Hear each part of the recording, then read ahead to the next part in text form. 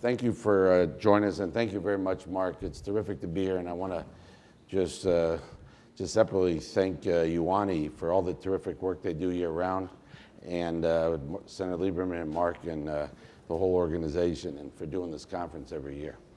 Let me turn to Minister Sikorski first, and then I would like Mike to follow up. On Monday, the three leaders of Germany, France, and the UK called for negotiating a long-term deal with Iran that would include missing elements from the JCPOA, the Joint Comprehensive Plan of Action, the 2015 nuclear deal, including dealing with missile issues and regional expansion. Boris Johnson separately said he now wants a Trump deal, but they still believe in the JCPOA. How significant do you think this statement was?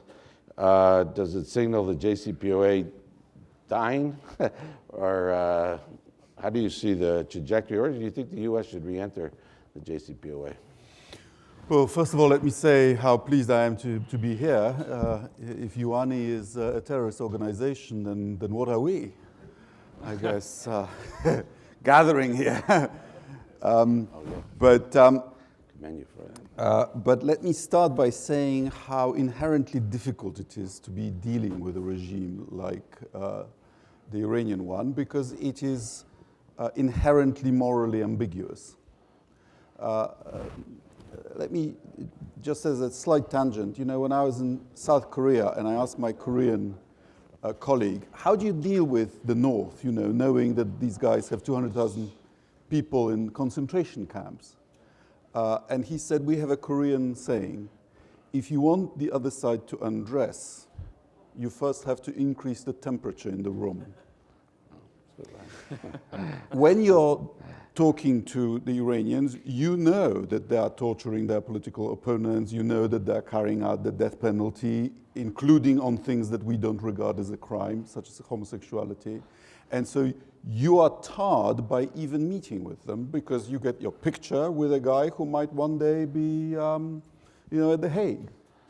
And of course, your political opponents will use that against you. So, whereas to get the deal, you have to some extent, understand where the other guy is coming from, because you need to understand his motivations and you need to understand his political parameters. And it's difficult and unpleasant. And of course, such regimes are inherently devious and difficult to make any kind of deal for any length of time. Now, I wouldn't describe Europe's tactics as appeasement, because Europe shares United States' assessment of the regime and of the situation and of the facts, as we've heard from the Secretary and others. It's just that Europe doesn't have a military option, like the United States or Israel, which I put to you is an opportunity, because unlike you, the Europeans, President Macron, Boris Johnson, the EU's High Representative for Foreign and Security Policy, do talk to the Iranians. And you can't make a deal without talking to them. So in that sense, we can play the good cop and bad cop routine, and hopefully get a better result. I understand that the president's policy is to get JCPOA plus, right? We all know what the problem with JCPOA was. It was that it only dealt with the nuclear issue, and also in a time-limited fashion, and it didn't deal with all the other nefarious things that Iran is doing.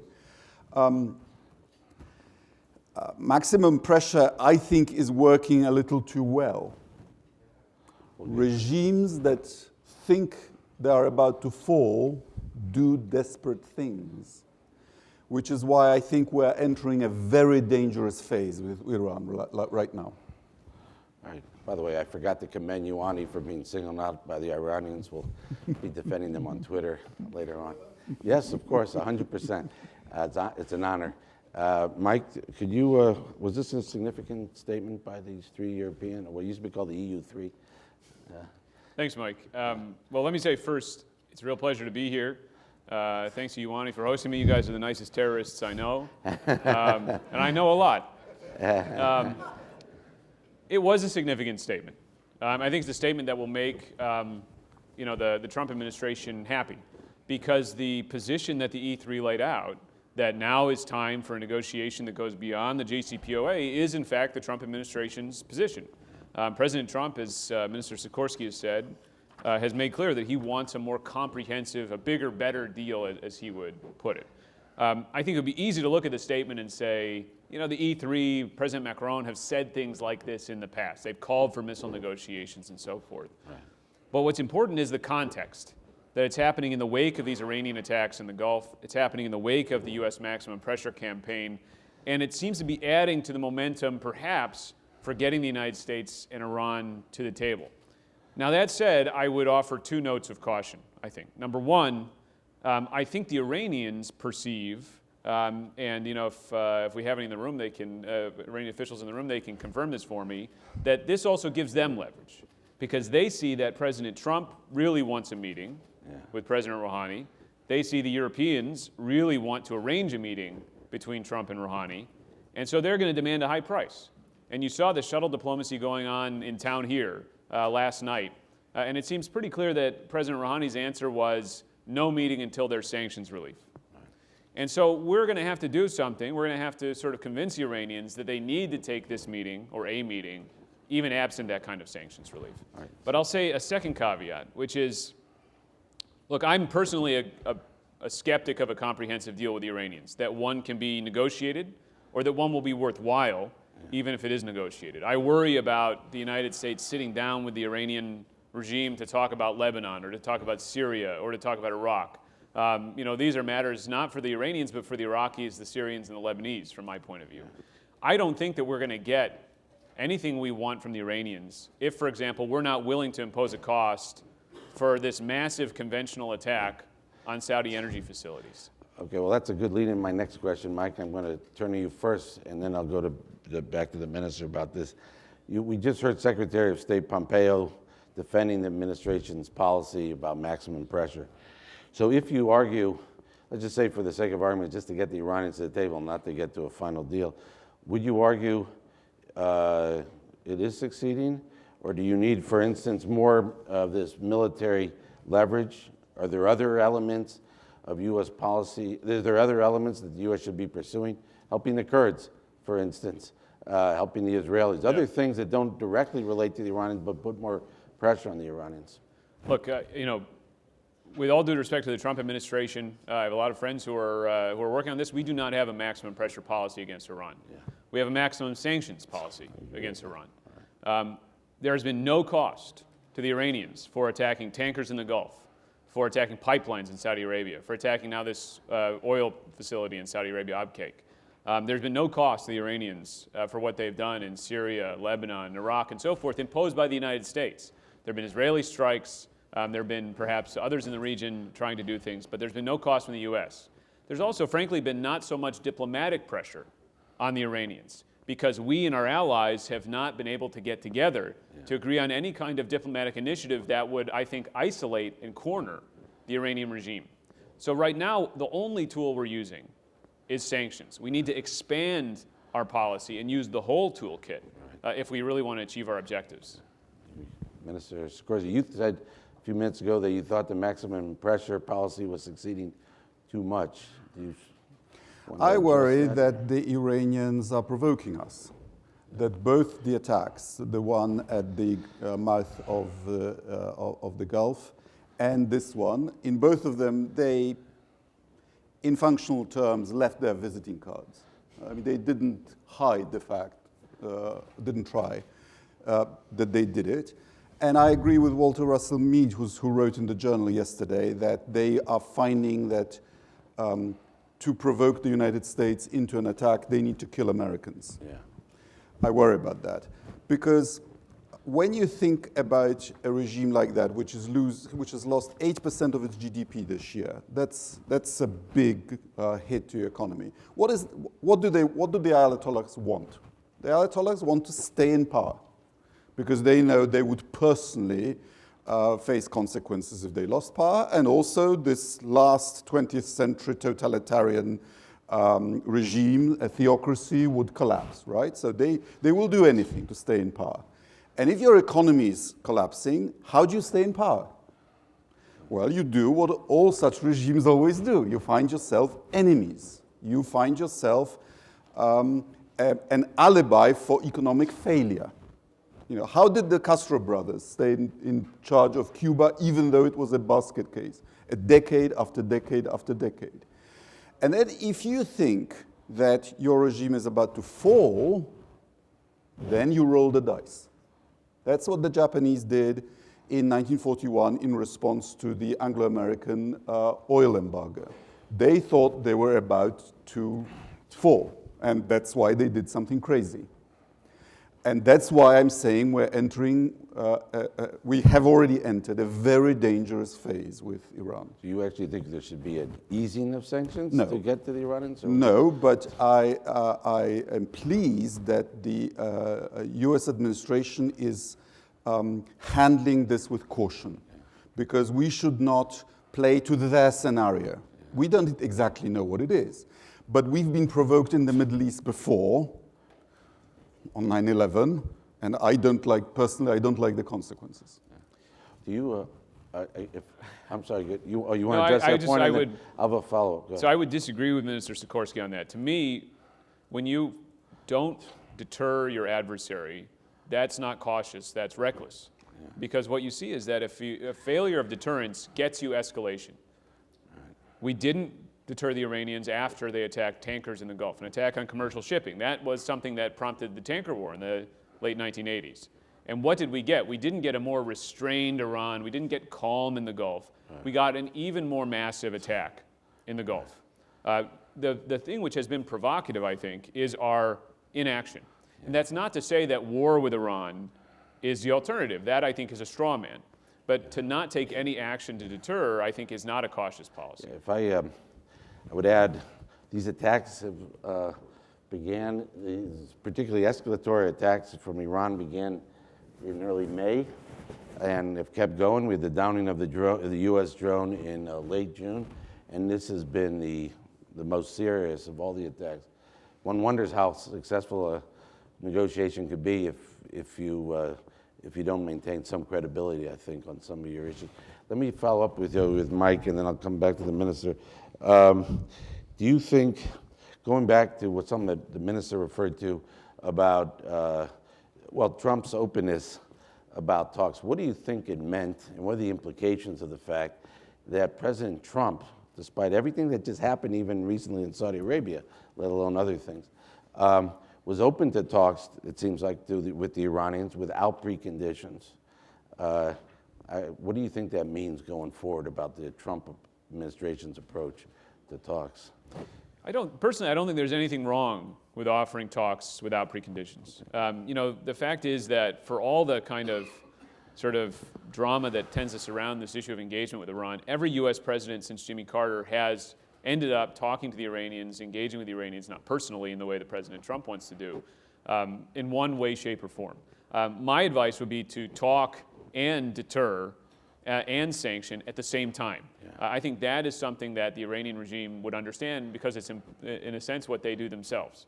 Again, to me, diplomacy is just another tool in the toolkit. It's another tool by which you can achieve your aims. And frankly, in a diplomatic discussion, if we had our allies from the E3 there, the British and the French and the Germans, it's the Iranians who would be isolated. Because on issues like Syria, Iraq, missiles, terrorism, and so forth, these allies all agree with us and they disagree with Iran. The only issue that divides us from our allies is the question of JCPOA. So what we need to do is to bring those other issues in, isolate the Iranians, but also be willing to use that diplomatic tool. On that, I commend President Trump. I think he's been open-minded about it. Probably before I turn to the minister, I meant to mention in the beginning, I'll mention it one more time. You should signal to some of the Ioani folks if you have a question, and we'll be, the last 15 minutes we'll be sharing, so they'll come around and get you your questions. So, Mr. Sikorski, given what you said about what you'd like to see with the Iranians and the U.S. Do you think then this was welcome, that the president has repeated several times is interested in meeting Rouhani? And by the way, what does it say, I just flip around, what does it say about the Iranians that they won't sit down unless there's an easing of sanctions? What does that say about what might be necessary for talks and what talks might look like? Well, in their worldview, you are the great Satan, and President Trump is the greatest Satan of all. So they would be giving you a concession if they talk to you. I agree. There should be talks, but not at the head of state level, because this flipping of diplomatic principles, that first you allow lower levels to map out the problems, and then you try to get agreement, and then the top guys seal the deal. That's been tried in North Korea, and it hasn't worked. And I don't think President Trump and Ayatollah Rouhani are going to become great buddies. So I don't see any value in this, except for the other side. For regimes like North Korea or Iran, meeting and a photo op with the President of the United States is a legitimation. And we don't need to give them that legitimation. I don't think it helps. I would agree with that with one wrinkle, I guess. I think that the problem to me is that the Iranians understand, or they perceive, that they have something that they have something that we want, which is this meeting between Trump and Rouhani. And so, as I said, they'll demand a high price. I think for the North Koreans, the situation was almost reversed. I think it was actually Kim and his father who were desperate for that legitimization that they saw being conferred on them through a head of state meeting. But I agree. Generally speaking, meeting at lower levels is wiser than a head of state meeting. Now let's go a little forward. What if we did have talks? And what would be, you think, just picking up on what I was saying earlier about the European statement, what would be the outline of such a deal that you see going forward, realistic deal? I think a number of us know what we would like, what we want, but what do you think would be a realistic deal for a longer-term deal, Minister? Well, what is desirable for us is unacceptable for the other side, because Iran is not a country, it's a cause. And for it to become a normal country, then, of course, Iran has been around for thousands of years and has normal interests, and it'll continue to have those interests, and those we could probably accommodate. Yeah. But if Iran wants to export its revolution, then of course that's unacceptable to us, and therefore it's very difficult. I think the minimum for us would be for Iran to stop also its missile programs, because that's clearly one way of getting to what they want eventually, which is a missile capable with a warhead on top of it. But there are, of course, all these other things that Iran is doing. We need to hem them in. So to me, when we talk about a comprehensive deal with the Iranians, a lot of that discussion is naive, I think. We, as American diplomats, we tend to take this sort of checklist approach to diplomacy, or an analytical approach to diplomacy. We see here the issues where we disagree, let's kind of try to divide them up and so on and so forth. But Iran has a security strategy in the region that it's pursuing, and in sort of absolutely inextricable to that strategy, sort of something they can't live without, are things like its missile force. Remember, Iran doesn't have a very significant conventional military. Its proxies, like Hezbollah, Shia militias in Iraq, the Houthis in Yemen, and so forth. Iran can't live without those things. It doesn't have a plan B or an alternative. And so Iran's not going to give these things up. It's not like sort of the U.S. debating, well, how many troops should we have in Syria, for example. It's a very different kind of debate in Iran. This is intrinsic to the strategy and identity of the regime, these things. So I don't think you can get very far with the comprehensive agreement unless you're willing to allow Iran to keep those things. If you're going to allow Iran to keep its missile force, to maintain its relationship and its funding of Hezbollah, for example. And I don't see why we would ever agree to sign on to that kind of deal. Yeah, I would just, I agree, but I would just add a footnote. They do have a plan B. They've been laying it down for a couple of decades. In case of a general confrontation with the West, they will activate their agents all around the world with terrorist attacks, using Hezbollah in Lebanon, using their proxies in Iraq, and so on. It will be asymmetrical and very ugly. So I don't disagree with that, but I consider that sort of plan A plus rather than plan B. I think what I mean is that Iran is not going to overnight become a country that says, okay, we're going to ditch the proxies and the missile force, and we're going to build up a conventional navy and a conventional air force and so forth. And I'm not sure, frankly, that we would be comfortable even with that, because our disagreement with the Iranian regime is not just about the types of systems they have, but about the way that they approach the region, undermining the sovereignty of their neighbors and so forth. Let me go to a couple points about a framework, even though, Mike, I completely share your skepticism. Let's talk about the missile program, because that comes up a lot with the Europeans. Macron, for instance, has talked a lot about it. I understand the European concern because they don't want missiles that could hit their capitals. But already the Iranians have missiles that could hit Jerusalem, Tel Aviv, Riyadh, and so on. Are the Europeans talking about elimination of missiles that could carry nuclear weapons to those capitals, or they just want to have a limit of the reach of missiles going forward that can hit European capitals?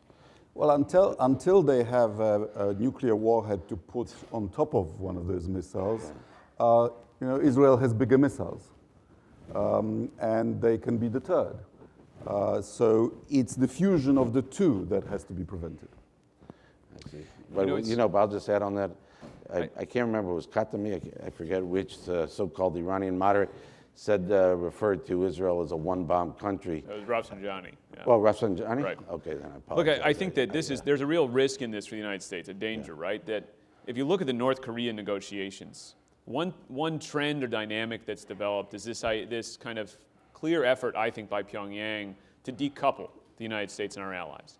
The United States has secured at least some de facto agreement by the North Koreans to cease long-range missile tests. In other words, missiles that could feasibly strike the United States, but we haven't objected to short-range missile tests. And I think one of the reasons that North Korea likes that dynamic is because that sends the message to Japan, South Korea, and others that, look, at the end of the day, the United States maybe isn't sticking up for you, right? And so even talking to the Iranians in a way which suggests that we're not really concerned about the missiles that can hit our friends and allies in the region is a way for Iran to basically gain prestige and also maybe undermine American prestige in the region. So you have to be careful, not just about the agreement, but about the dynamics of the negotiation.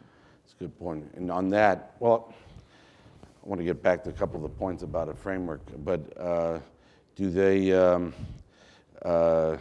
if there were such talks, I think Prime Minister Netanyahu has made it clear he's not very excited about President Trump meeting with Rouhani. I think he made that very clear. If there were talks going forward, do you think the Trump administration would do things differently than the Obama administration did? Picking up on your point, Mike, whereas like the Obama administration tried to keep its regional allies in the dark, and certainly for a while, even about the existence of the talks, do you think there'd be a lot more coordination with the Saudis, the UAE, the Israelis, and the Egyptians, and so on, if there were such talks? Well, look, I certainly hope so. I think that one of the big mistakes that the Obama administration made was not to include the regional allies in a more robust way in its discussions with Iran. In fact, towards the end of the process, the nuclear talks were really a bilateral discussion between the United States and Iran. Even the other members of the P5+1 weren't really at the table as such.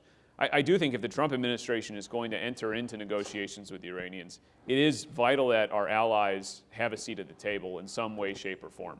Because at the end of the day, I think the U.S. strategy has to be to push those allies forward, to help give them the capability to stand up against Iran, to give them the kind of confidence to deal with the Iranians diplomatically and in every other way they need to, rather than sort of cutting our own deal with Iran that leaves those allies' issues aside. Do you think, Minister, on this issue of allies, because we use that term about a number of different kind of countries, but my recollection was in the talks leading up to the JCPOA, there was a sense among some, and I think the Europeans as well, that they're the allies, but the sense of the Saudis and the Israelis and the regional allies are kind of in a separate category.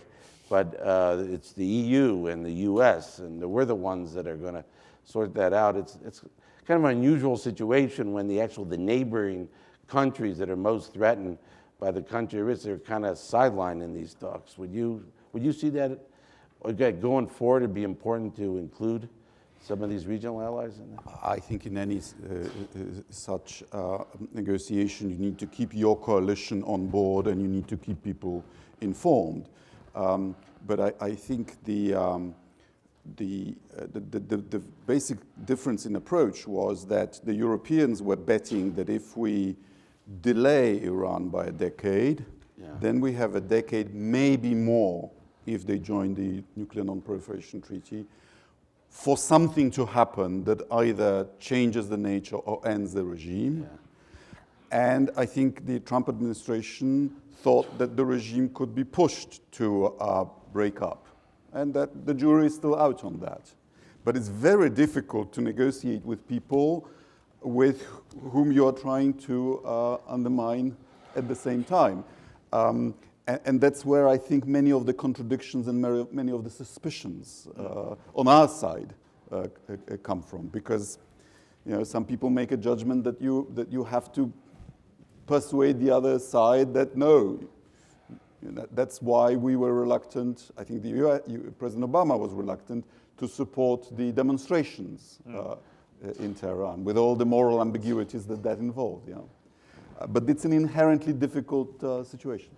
By the way, I'll just add, Minister, that I would think a poll would particularly relate to, let's say, an Israeli concern or a Saudi concern, given the history since right before World War II, where deals seem to have been made by great powers at the expense of Poland. Sure. And we know what it's like to be used by distant allies. But let's also remember how communism collapsed. Of course it was Ronald Reagan, of course it was the Pope. But it was also the Helsinki Accords, which created spaces for civil society to come back in those countries. So for success, you need these complementary strategies. I think the polls deserve mention among the significant factors in the demise of the Soviet Union, certainly in the last decade of it, and to be commended for that. Modesty forbids. Yes, okay. Well, I'll say it for you. Let me go back to some of the elements of a deal, because the subject of this session is about talks and negotiations. We talked about missiles. Let's talk about the sunset clause. And the sunset clause, just to be clear, is the term that one of the criticisms of the JCPOA is that a lot of the restrictions on the Iranian nuclear program are supposed to sunset. And in fact, according to JCPOA, starting soon, there's a lifting or sunsetting, to use that term, of these restrictions, particularly starting in a couple of years on the restrictions on deployment and research of like advanced centrifuges and all sorts of things. So that as always was seen, I think, as one of the, certainly by folks like myself, I know Mike, and other critics of the JCPOA, is one of the fundamental flaws of the deal. It always seemed to me one of the golden ticket, for the Iranians. Could you conceive, Mike, that they would ever give up the sunset clause, which would seem to me a basic fundamental objective of the Trump administration, any long-term deal? So look, the problem I have with the sunset clauses isn't the fact that there are sunset clauses per se, because a lot of agreements, going back to, say, arms control talks with the Soviets, for example, had those types of clauses. It's the asymmetry of the sunset clauses. And I'll explain what I mean. Some of them are asymmetric in terms of time, where the restrictions that Iran is expected to abide by expire after a certain number of years, but the sanctions relief that we provide never expires. It's indefinite. That, to me, is an asymmetry that we shouldn't accept. If Iran's obligations expire, our obligations should also expire, unless there's a new deal that supersedes that deal. Then there's a sort of substantive asymmetry. So, for example, the first sunset, the clause that sort of expires, is the restriction on arms exports to Iran.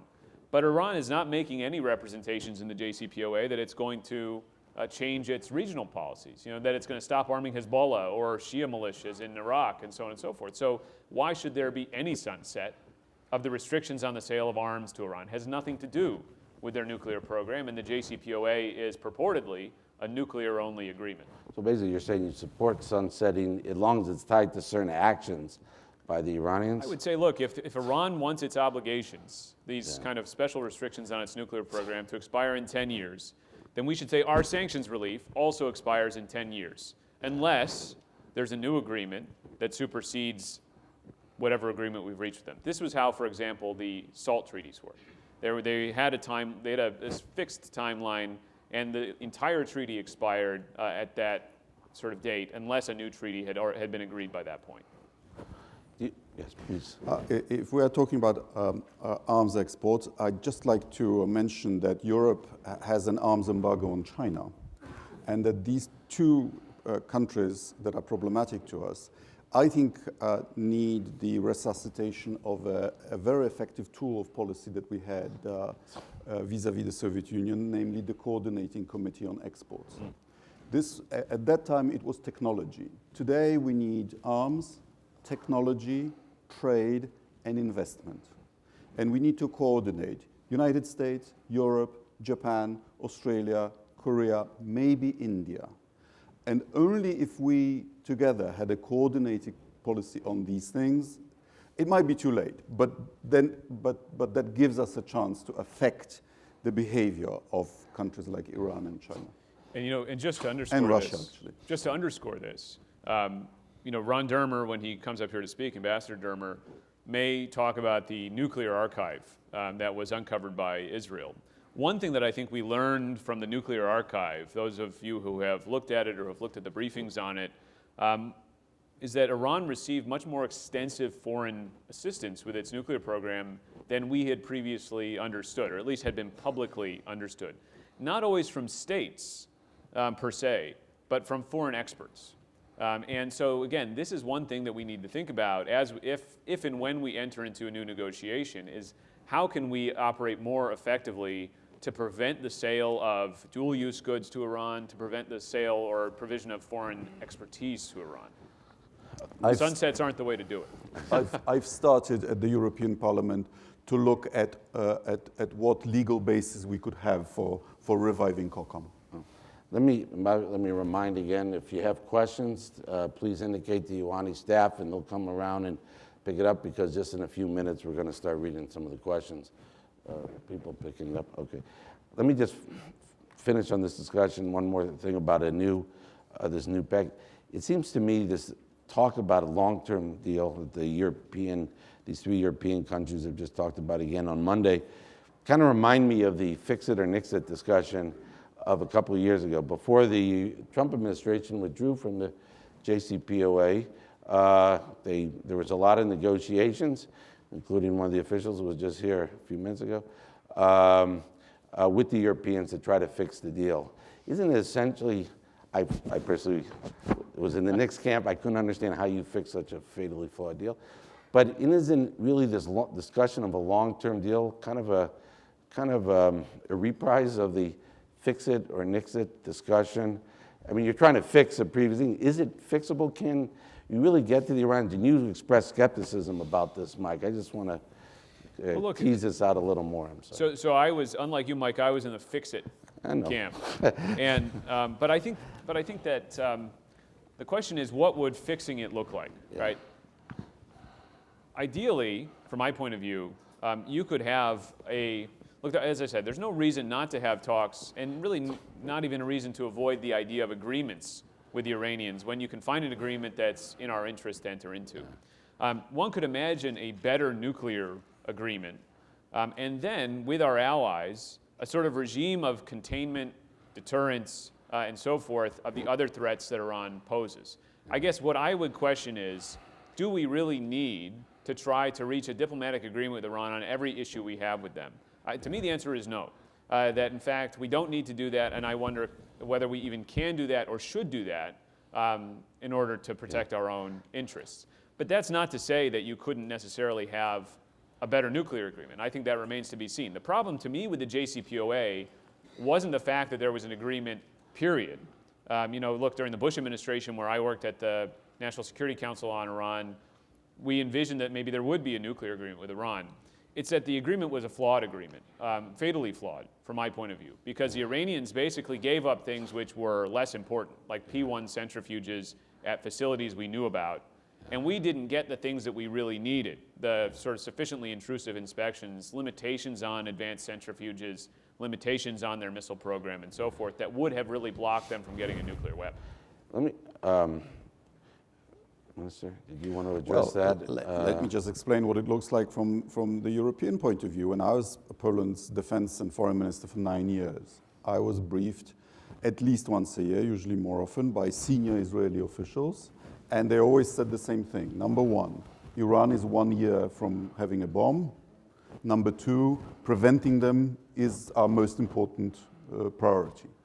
And from the European point of view, the JCPOA achieved that for 10 years, delayed them by a decade. It's not a great deal, but it's something. I want to go back, although I can't resist this question, and I want to go back to my first question, and then I wonder, as a former senior Polish official, and perhaps a future one as well, do you think U.S. policy to Iran, because Mike used the word containment, I've always, personally, do you think containment, given Polish history under the Soviet Union, is that really a good objective? Or I'll use another term that maybe some Poles might remember from the 1950s before both of our times, rollback. Is containment, because containment suggests you keep the adversary where they are effectively. You don't want expansion. Rollback is actually pushing them back. Technically, that was part of U.S. policy in theory in the 1950s. I think you know as well that really wasn't really implemented, although I think Ronald Reagan really more implemented that policy in the 1980s. I mean, given your own perspective from your country, is that the right containment, the right policy?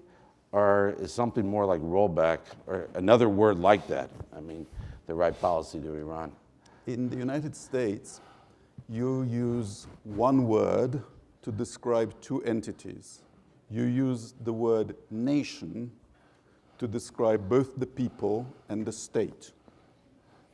And in an autocratic regime like Iran, like in communist Poland, they're completely distinct. Yeah, no, sure.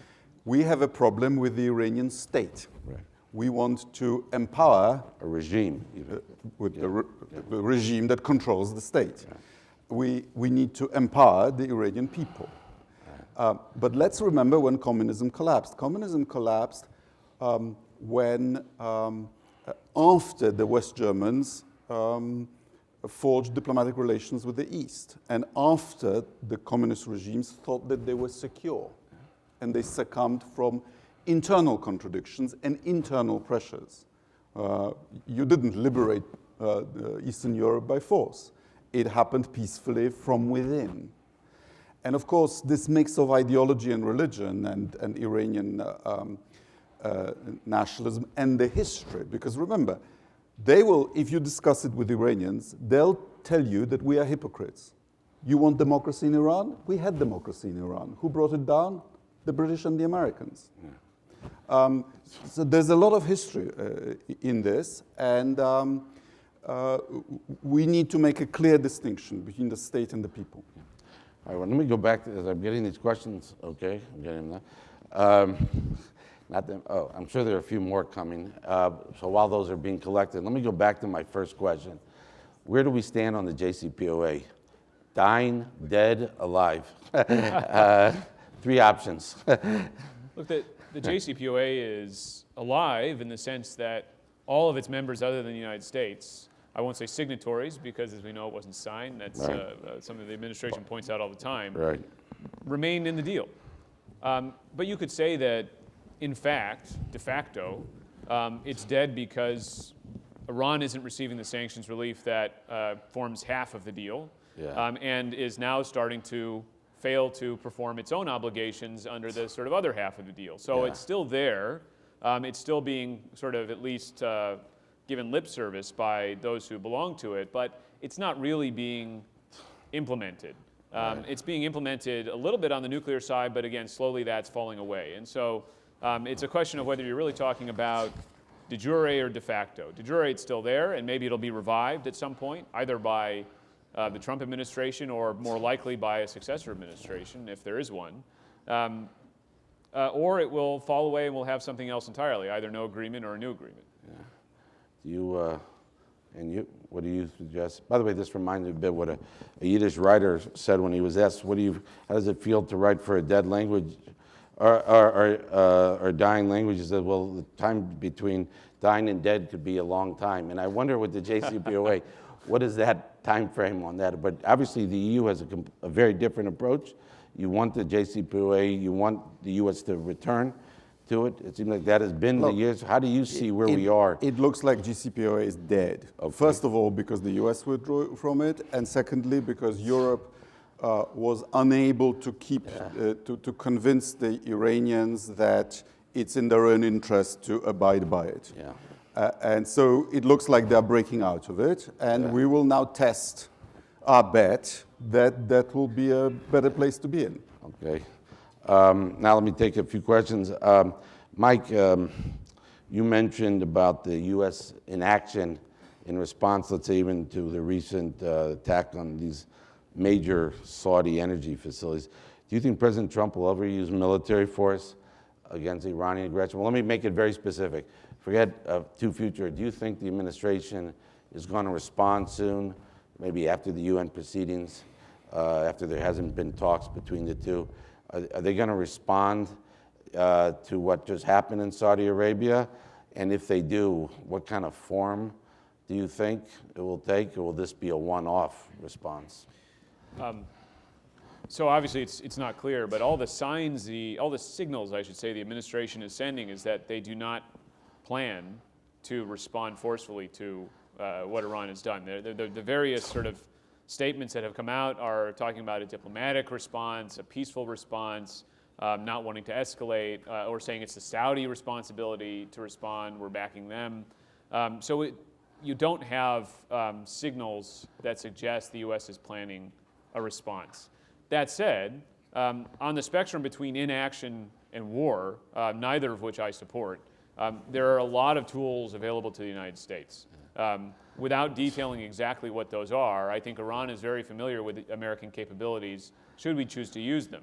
Again, what usually stops American officials from doing this, American administrations, and it's not just the Trump administration. Look, obviously, the Obama administration struggled with the same thing. The Bush administration struggled with the same thing. You had American troops being killed in Iraq because of Iranian actions and Iranian-supplied weapons. And there was a real sort of struggle to sort of decide how to respond to that, because we didn't want to see an escalation with Iran. Eventually, we did respond in a pretty modest way.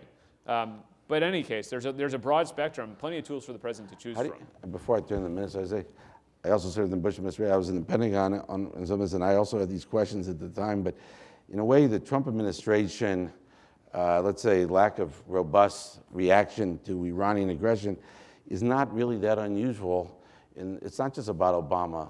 Very few times, there's almost been a history of U.S. self-deterrence regarding Iran. Not almost. I mean, it's, well, except maybe when Reagan in 87 or 81, we sunk a lot of their Navy, but exactly. That was one of the So the 1983, the Marine barracks bombing, there was no American response. Right. Khobar Towers, there was no American response. The tanker war is probably the main exception to this, frankly. Right. And it's not to say that the tanker war provides us a map of what we should do today. Times are very different. But it does suggest that the United States has consistently struggled with this question of how do you balance deterrence and escalation. And, Mr. Minister? Well, as you know, there are plenty of soft American targets in the Middle East, and the anti-aircraft defenses in Saudi Arabia didn't work, right? So what if there is a deadly attack, Bahrain, Saudi, on Americans? What do you think should then happen? Personally, I think if there's a deadly attack, I would imagine the Trump administration would respond. I think that the almost attack when the U.S. drone was downed, I'm sure caught the Iranians' attention. But again, I think that it would be a mistake to give Iran the impression that everything up to targeting Americans directly is sort of fair game. Sure. And you attack what? Iran itself? I think, look, my view is the United States has far more tools and options than any other state when it comes to tailoring its response. And so there'll be if the president wants to respond and wants to ensure the Iranians understand the response and suffer a cost, he'll have plenty of ways to do that. Haven't, by the way, I was just in Israel last week for a few days meeting senior security folks there, and haven't the Israelis kind of shown the way about how to, what they call the campaign between the wars, response, but not too escalatory, that doesn't lead to war, and hopefully even postpones war. Doesn't that offer some model for the United States for how to respond to Iran? I personally think we should change the paradigm. The Iranians claim to have invented chess, although the Indians dispute that. And the war of chess represented the traditional aim of warfare. Namely, you go for the king, not for the pawns, but for the king, for the leadership. This our Western paradigm that in order to punish the leadership, we go to war with the country and its people is very costly and ineffective. You don't think the Israelis have made some advances in Syria and so on in disrupting Iranian objectives in Iran, in Syria, and Lebanon? Well, and we so should on? build on that and go higher. Yeah, go more for the king. king. Okay. I mean, I think. But when you say go for the king, what do you think that means exactly? Well, look, so I understand. Look, during the Second World War, we had this absurd doctrine that we don't try to target the leader of Germany. Why not? If you give orders that are criminal in nature, you should expect consequences. I hope you rise up very high in the EU. I would say, I think I speak for a lot of other folks. I think go for the king is a good motto, one of the takeaways from this discussion. No, look, I think that in a way, yes, Israel does sort of give us a model, or at least a demonstration that you can deter Iran without escalating necessarily, although there has been a little bit of escalation between Iran and Israel reportedly in recent weeks. I think but the Iranian response has generally been rather feeble. A few missiles that kind of went into Israeli airspace, a number of missiles just land in. Yep. I mean, the Iranian response has not been very strong against the response. Agreed. Yeah. And so, as I said, I think it shows that you can deter without escalation. Yeah. The big difference between the United States and Israel is that Israel's in the Middle East, and the United States is really not sure we want to be there. And I think that the problem is that Iran understands that the United States is not sure we want to be there. And so they're very happy to try to give us a shove out the door. Yeah. And so we need to decide, are we there? Do we have interests? Are they worth defending? If so, let's defend them. Yeah. If not, let's not be shoved out the door by Iran. Let's have a policy that's coherent. Yeah. Let me ask you, particularly on your last statement, I think a couple of the questions asked, I think it's a little, I don't know, bewildering is the word for some Americans to see the EU have a completely different approach to Iran than the United States. And actually, not only that, but try to circumvent U.S. policy, certainly in the last year and a half on Iran. Could you explain what is it about Europe that they have such a different approach? I mean, one of the questioners used the word appeasement. And I think the Secretary did earlier, and you objected to that. But I think it might be useful, and I think this will be the last question.